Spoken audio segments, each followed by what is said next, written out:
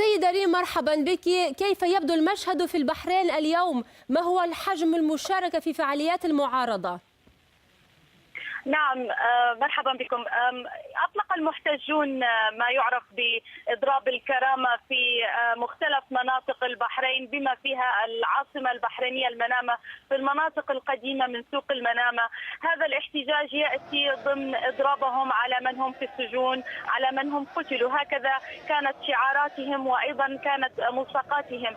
هناك بعض المناطق الموجودة من الواقعة غرب العاصمة البحرينية تشهد الآن مواجهات مع قوات الأمن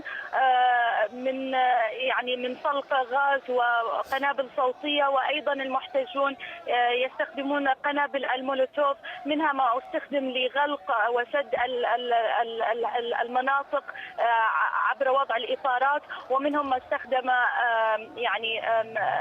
بعض قطع الأثاث القديمة إلى آخره من الأدوات. طبعا هذا الإضراب هو له رمزية لهؤلاء المحتجين الشباب.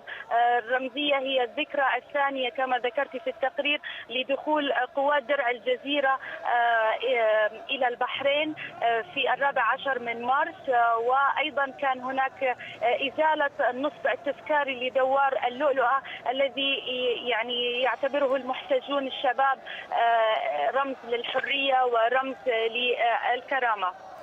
سيدة ريم، المعارضة كانت دعت السلطات لتحويل الوعود من أقوال إلى أفعال. كيف ترين فرص تحقيق اختراق في عملية الحوار والإصلاح؟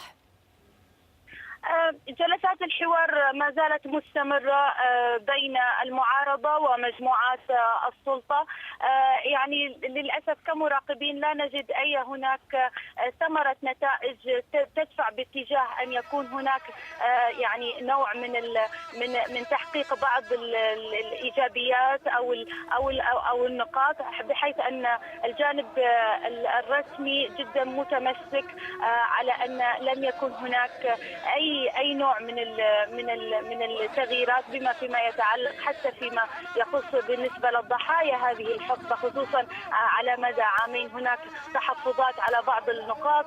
المعارضة تكرر دائما أنها تريد أن يكون هناك ممثلا من بيت الحكم يكون طرفا رئيسيا مع الأطراف الموجودة في الحوار. الحوار هو لاستكمال الجانب السياسي، هذا ما تردده وسائل الإعلام الرسمية. أريد أن أنوه منذ الصباح الباكر قوات الأمن حاولت إزالة ما تم غلقه في الشوارع الرئيسية والعامة. أيضا شوهدت بعض المناطق مثل شارع البدية، هناك سيارات محترقة مرمية على طرف الشارع.